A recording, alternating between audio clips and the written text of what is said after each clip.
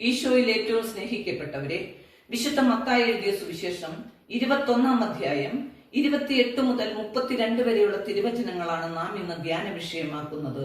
രണ്ടു പുത്രന്മാരുടെ ഉപമ എന്ന തലക്കെട്ടോടെയാണ് തിരുവചന ഭാഗം ആരംഭിക്കുന്നത്. തന്റെ മിശിഹാ ദൗത്യം നിർവഹിച്ചുകൊണ്ട് ജെറുസലേം ദേവാലയം ശുദ്ധീകരിച്ച് യേശുവിന്റെ അധികാരത്തെ യഹൂദ പ്രമാണികൾ ചോദ്യം ചെയ്തപ്പോൾ 3 ഉപമകളിലൂടെയാണ് യേശു അതിന് മറുപടി നൽകിയത്. അതിൽ ഒന്നാമത്തെ ഉപമയാണ് ഇന്നത്തെ സുവിശേഷ പശ്ചാത്തലം. ഒരു മനുഷ്യന് 2 മക്കൾ ഉണ്ടായിരുന്നു.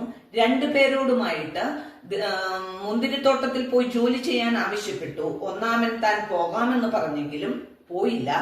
രണ്ടാമനാകട്ടെ തനിക്ക് മനസ്സില്ല എന്ന് പറഞ്ഞെങ്കിലും അനുദപിച്ച് പോയി. ഈ 2 പുത്രന്മാരും സമൂഹത്തിലെ 2 വിഭാഗങ്ങളിലേക്കാണ് വിരൽ ചൂണ്ടുന്നത്. ഒന്നാമത്തെ കൂട്ടർ ദൈവഹിതം അറിഞ്ഞിട്ടും അതനുസരിച്ച് പ്രവർത്തിക്കാതെ ദൈവത്തിന്റെ സ്വന്തം ജനം എന്ന് അഭിമാനിക്കുന്ന യഹൂദർ. രണ്ടാമത്തെ കൂട്ടരാകട്ടെ സമൂഹത്തിലെ പാപികളും ചുങ്കക്കാരുമായിട്ടുള്ളവർ.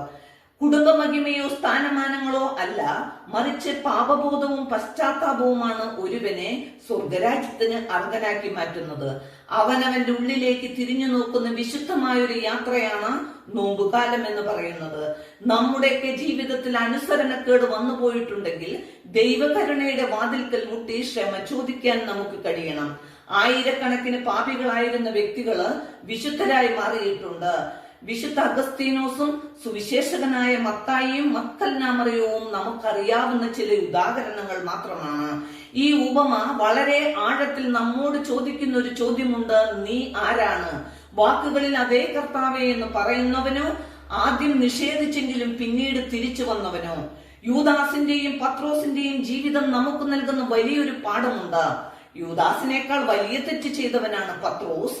എന്നാൽ യൂദാസിനുണ്ടായിരുന്നത് കുറ്റബോധവും നിരാശയുമാണ്. പത്രോസിനുണ്ടായിരുന്നത് പാപബോധവും പശ്ചാത്താപവുമാണ്. അതുകൊണ്ട് തന്നെ പത്രോസിനെ ദൈവം ഉയർത്തി സഭയുടെ ആദ്യത്തെ മാർപ്പാപ്പയാക്കി മാറ്റി. എപ്പോഴാണ് മരണം നമ്മെ സമീപിക്കുന്നതെന്ന് നമുക്കറിവില്ലാത്തതിനാൽ നാം എപ്പോഴും ദൈവസ്നേഹത്തിലായിരിക്കണം. നമുക്ക് തെറ്റുകൾ ഉണ്ടാകുമ്പോൾ ദാവീദിനെ പോലെ അനുതാപമുള്ളൊരു ഹൃദയം എനിക്ക് തരണമേ എന്ന് പ്രാർത്ഥിക്കാൻ കഴിയണം.